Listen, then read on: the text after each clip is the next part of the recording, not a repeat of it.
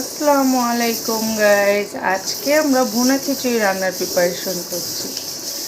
আজকে তোমাদের সাথে একটু করে পুরো ভিডিওটা শেয়ার করব কিভাবে আমি ভুনা খিচুড়ি রান্না করি। এখন আমি তোমাদের দেখাবো খিচুড়িতে আমি কি কি ব্যবহার করি, কি কি দিয়ে আমার খিচুড়িটা এত মজা হয় আর রান্না করি। এখানে আছে তোমার ভাতের চাল, পোলাওর চাল, মসুরের ডাল, মুগ ডাল।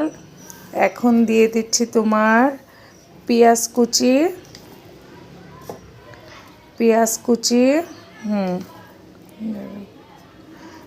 কুচি, একটা এলাচ,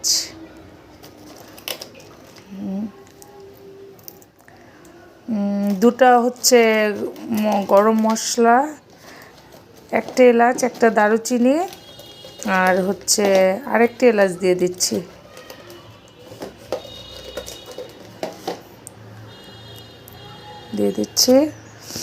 একটা তেজপাতা দিয়ে দিচ্ছি, তেজপাতা, স্বাদ মতো হচ্ছে তোমার লবণ।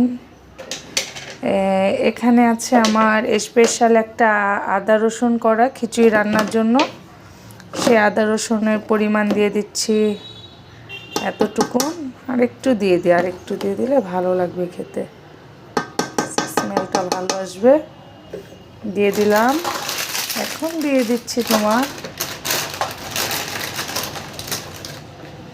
কিছু কাঁচামরিচ, এরপর দিয়ে দিচ্ছি তোমার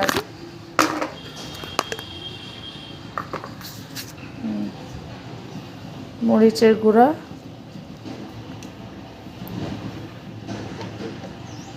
এরপরে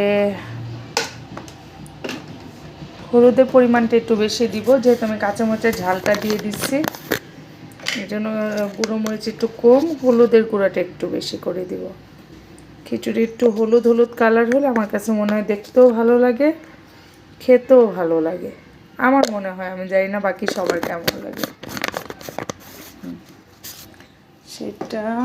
তারপর দিয়ে দিচ্ছি তোমার কিছু শুকনো মরিচ, জিরা, আস্ত জিরা কটুক।